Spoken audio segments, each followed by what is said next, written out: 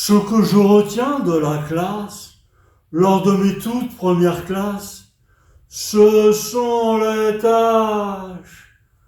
Oui, les tâches. Oui, je sais, point la classe. Le rapport que le cahier avait à l'encrier, l'appelant, se sentant bien trop blanc, voulant s'écrire, s'assombrir, se noircir, tout en me faisant maudire, et puis aussi médire. Et comment s'évertuant sur les tâches, sur mes trousses sans rescousse, le buvard tamponnant, noircissant, mes cahiers d'écoliers raturés et tachés.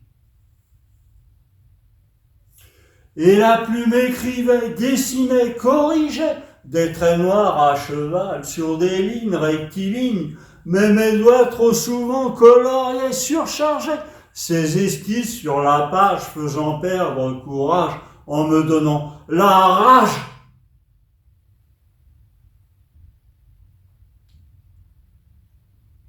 Ah, le plumier, l'encre et la plume, une époque révolue, dont l'histoire m'est connue, mais qui depuis longtemps s'est tue, et qui aussi mourut.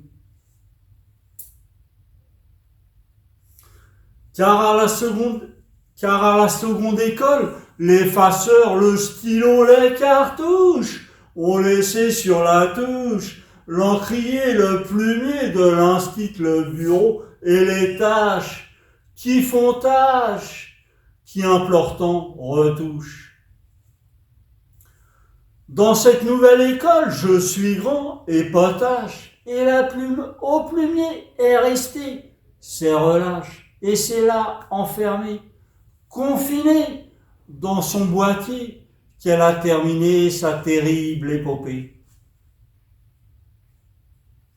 Mais peut-être qu'un beau jour, ou alors une nuit, au clair de la lune, l'envie me reviendra de reprendre la plume pour compter nombre de mes bonnes fortunes,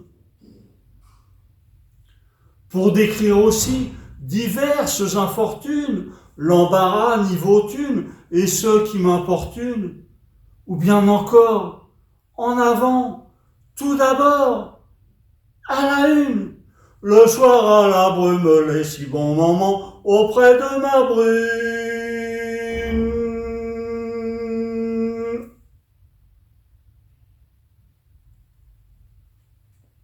À l'encre de ses yeux,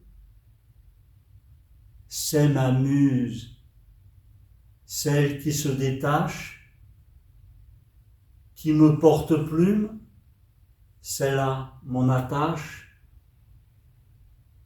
celle qui m'accompagne, pour moi, il n'y en a qu'une, à chacun sa chacune.